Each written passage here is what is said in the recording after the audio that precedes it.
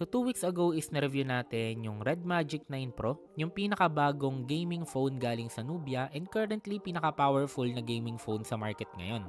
Yun nga lang, ang pinaka nagiging problem niya is nag-overheat siya, so sobrang taas talaga ng temperatures niya before.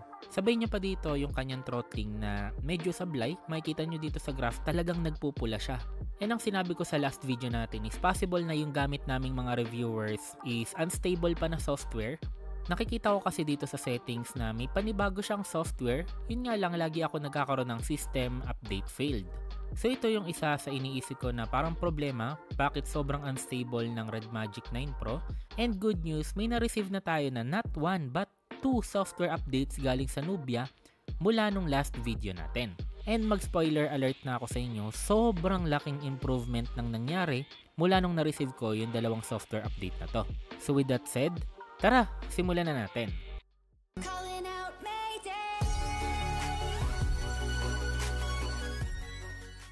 So hello mga kaboom, kumusta? Ako to si GFG at today ngayong araw is mag-gaming test and review tayo dito sa Red Magic 9 Pro. And syempre, susubukan ulit natin kung mas naging okay ba yung kanyang thermals after receiving 2 updates.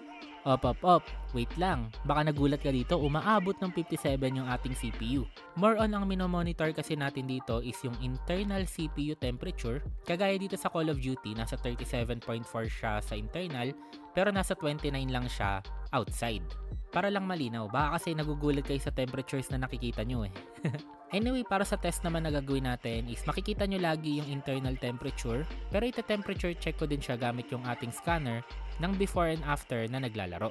Anyway, kung interested kayo makita kung paano din maglagay ng accurate FPS and temperature meter sa inyong phones, panoorin nyo yung pinakabagong video ni Sir Kotman. Kaka-upload lang niya ng full video step-by-step tutorial kung paano to gawin. Anyway, para sa first test na gagawin natin is magfo-full brightness tayo. Pero actually, pag gamit nyo tong Red Magic 9 Pro, hindi nyo kailangan mag-full brightness kasi kahit half brightness lang, sobrang liwanag na niya. So simulan natin sa Call of Duty, meron tayong external 29.5 starting temperature, then 37.7 naman sa ating CPU internal. Then sa likod naman, meron tayong 29.4. Pagdating naman sa settings, ipa-priority natin yung FPS. So naka-ultra yung ating FPS, then naka-medium yung ating graphics. So ang ginawa ko dito sa Call of Duty is 40 minutes straight, tuloy-tuloy ako naglaro. 20 minutes sa multiplayer, then another 20 minutes naman para sa Battle Royale. Walang pahinga, as in dire-diretso siya. Yun yung ginawa ko. Sa pagdating dito sa multiplayer, wala naman ako na-experience na kahit anong lag. Buong 20 minutes na game, super smooth talaga. As in, sobrang sarap talaga maglaro. Ngayon ko lang talaga na-enjoy na maglaro ulit ng Call of Duty. Then going straight sa Battle Royale, ito hindi ko actually madalas ginagawa sa ating mga gaming review kasi actually nahihilo ako sa PUBG saka sa Call of Duty na Battle Royale. Di ko alam kung bakit, pero sa Firelight doon hindi naman ako nahihilo. Pero since madaming nagre-request sa inyo, so ayan, nilaro ko na ulit siya. So suka later na lang. Anyway, makikita nyo dito sa video, parang hindi ako gumagamit ng gyroscope kasi hindi ko siya na-turn on or hindi ko ata naayos yung settings ng gyroscope ko dito sa Battle Royale. Kasi sabi ko nga hindi ko naman siya madalas nilalaro. So, ayun, nagsa-swipe lang tayo dito. Pero gumagana siya hindi ko lang na-turn on dito sa mismong Battle Royale video natin. One thing na napansin ko is mas comfortable na nahawakan yung phone kasi hindi na siya ganun kainit. Unlike dati na sa last video natin parang pag naglaro ako tapos tumagal ako ng mga 30 minutes sa Call of Duty, medyo uncomfortable na siyang hawakan kasi nga mainit na sa kamay. Mafe-feel mo talaga sa yung sides ng phone, mafe-feel mo talaga sa kamay mo na parang nakakapaso siyang hawakan. Pero this time, hindi na siya ganun. So anyway, after 40 minutes na straight tayo naglalaro, yung ating CPU internal umabot ng 51.1. Then umaabot naman siya ng 35 to 36 sa ating scanner sa harap. Then umaabot naman ng mga ganun din, almost 35 din sa likod. Oh, so far so good kasi dati umabot tayo dito ng 45 plus dito sa Call of Duty. Ngayon punta naman tayo dito sa Genshin Impact. So umabot tayo ng 26 dito sa ating front and 34 to 35 sa ating internal. Then sa likod naman is umaabot tayo ng 26 din. By the way pala mga kaboom, yung gamit natin dito na setting sa Genshin Impact is highest at 60 FPS.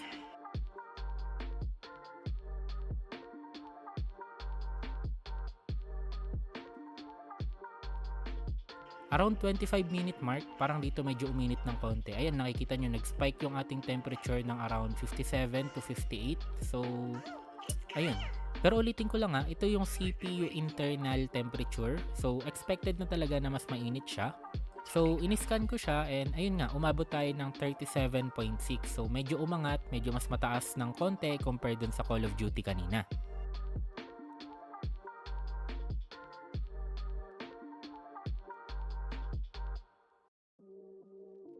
So after 40 minutes, yung ating CPU is nasa around 52 to 53 lang and yung ating front external is nasa 37.3 and dito sa likod naman is nasa around 34 to 35 yung ating temperatures. And kagaya ng sinabi ko sa Call of Duty kanina, mas comfortable siya hawakan since hindi nakakapaso yung sides ng phone.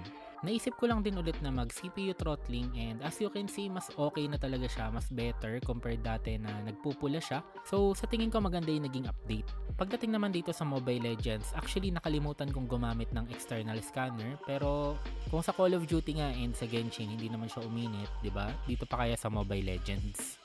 By the way, yung settings pala niya dito is naka high frame rate tayo na ultra and yung graphics natin is naka ultra din. So sobrang sarap maglaro. Kitang-kita nyo din naman dito sa ating FPS meter na currently 120 FPS tayo na naglalaro dito sa Mobile Legends. So naka 2 games ako within 40 minutes and makikita nyo dito based sa internal CPU natin, halos similar lang talaga sa Call of Duty kanina yung ating temperatures. So medyo tumaas siya since naka 120 FPS yung ating Mobile Legends. Pagdating naman dito sa other games, which is na-record ko to earlier, 1 day lang after ng software update.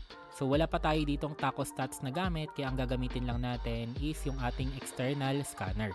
So pagdating dito sa Wild Rift, supported niya ang 120 FPS. So yun yung gagamitin natin kasi ipa-priority natin yung FPS dito sa ating gaming review.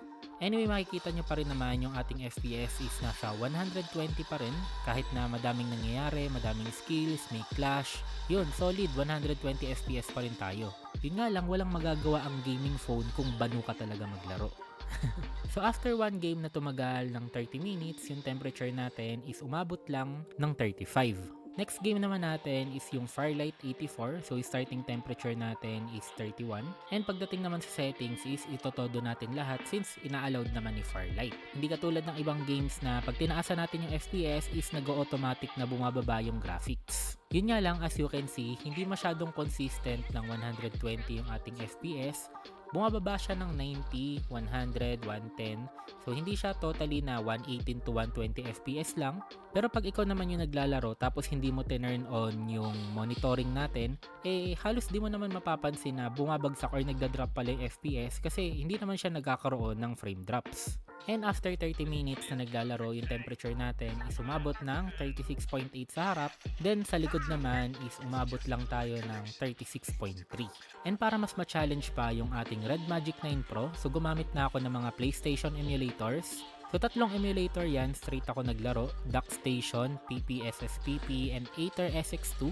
Lahat ng tatlo na yan is tinaas ko yung rendering resolution ng 3 times. Ibig sabihin mas upscaled yung resolution, mas tinaasan ko pa yung resolution. So mas magiging mas mabigat siya. Pero ayun, kinakaya pa rin siya ng Red Magic 9 Pro. So far wala naman ako nakitang game na nag-struggle sa tatlong emulators na binanggit ko. And ayun, super smooth din siya. And after 1 hour na straight ako naglalaro gamit yung tatlong magkakaibang emulator, umabot lang ng 33.1 yung ating ending na temperature. So grabe. And para sa ating final test, punta na tayo sa Switch emulator. Starting temperature natin is 25.4. Sa pakiramdam ko lang, ito yung parang pinakamabigat na pwede nating gawin na test sa isang gaming phone.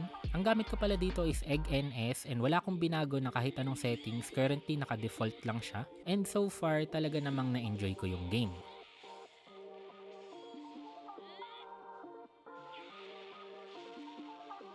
So ang ginawa ko dito is 30 minutes ako naglaro sa EggNS playing Demon Slayer and Dragon Ball. Then another 30 minutes naman using naman Yuzu emulator. Pero straight yan na naglalaro. Which is by the way, kung hindi mo pa alam yung Yuzu emulator, talaga grabe. Everyday may update sila. Super smooth na talaga ngayon. And after 1 hour of playing, yan, umabot tayo ng 42.7. So medyo mataas. Sabi ko nga, ito yung parang pinakamabigat na pwede nating gawin. Pero still, big improvement over sa 51 to 55 na inabot natin dati. Ang masasabi ko lang siguro is so far, sobrang ganda ng naging dalawang software updates natin. So super good job Nubia Red Magic dahil ayun, grabe talaga. Sa yun lang guys, kung nagustuhan nyo yung video natin, don't forget to like, comment, and subscribe. Comment down below kung ano yung thoughts nyo about sa Red Magic 9 Pro down below.